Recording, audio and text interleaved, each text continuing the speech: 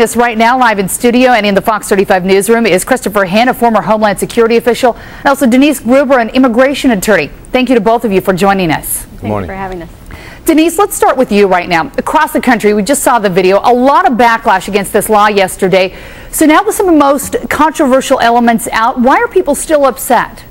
Well, because really it's still pending. What happened yesterday was just a temporary injunction. So it is just basically the stop is temporary in place. So there is still the fear that the law will still get placed and go forward. And in fact, the governor did file her appeal yesterday. On the flip side, there's also frustration from people saying, should there not be an expectation that states and the entire country follow the laws of the land? I know for one, this is an example. My mom came to this country after 10 years of waiting in Canada with her family because they were trying to legally come in. Does it then discourage families that are in that position where they're legally trying to get in to just forget about it and come in because they say, you know, eventually they'll just be put in under the laws of the land and be fine? Well, certainly there is that fear that that could happen, and I could totally relate to that. Some of my clients are in the same position where they have their order of deportation and need to leave the country and be out for 10 years or so. So certainly I see that fear. All right, Denise, stick with me for a second. Let's get to Mr. Hinn. The appeals process started yesterday. Arizona Governor Jan Brewer says she's not going to give up without a fight on this. She says she'll even take this to the Supreme Court if she has to.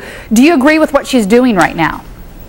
Not only agree, I think it's a mandate, and it's a mandate by the governor to follow through. I think this law is not only required in Arizona, I think we'd like to see it here.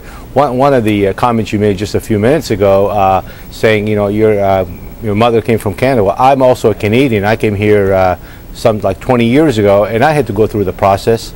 And why not? Why shouldn't everybody else go through the process and do it the right way? I think the law enforcement community here could, there's a resolution, I believe, where we can maybe establish some sort of a task force for DHS and ICE and local law enforcement officers to give them the power to detain or question. And I think that's going to be the biggest issue in the courts. Can a law enforcement officer detain a person on just simply his immigration status? I think if they're given that power of arrest or a power of like they are JTTF here in the States after 9/11, I think we could see some cooperation between law enforcement, the federal side, and the state and local. Let's say they get that power of arrest. Do you believe this law in the end help our country get back on track financially more, saving schools and hospitals money, or is this more of an issue of Homeland Security right now?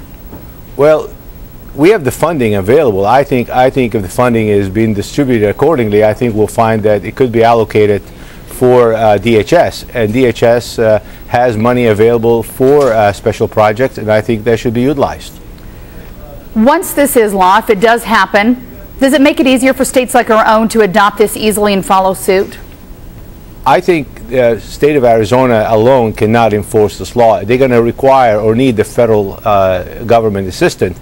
But I think if we have compiled states or other states in conjunction or parallel to the same requirement and have the same law, I think we're going to see a little bit more strength in enforcing this law.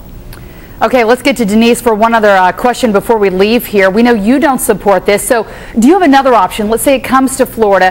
What do we do here instead? If this law is not the right way to go, where do we solve the problem? Where do we start? Well, and that's a really great question.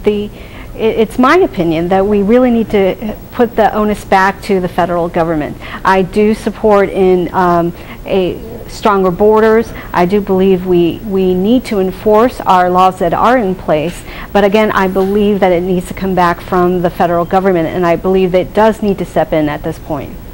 All right, we're going to be watching this one closely. The appeals process only just begun. Homeland Security expert Christopher Hinn and also immigration lawyer Denise Gruber, thank you to both of you for joining us this morning with this very important conversation. Thank you.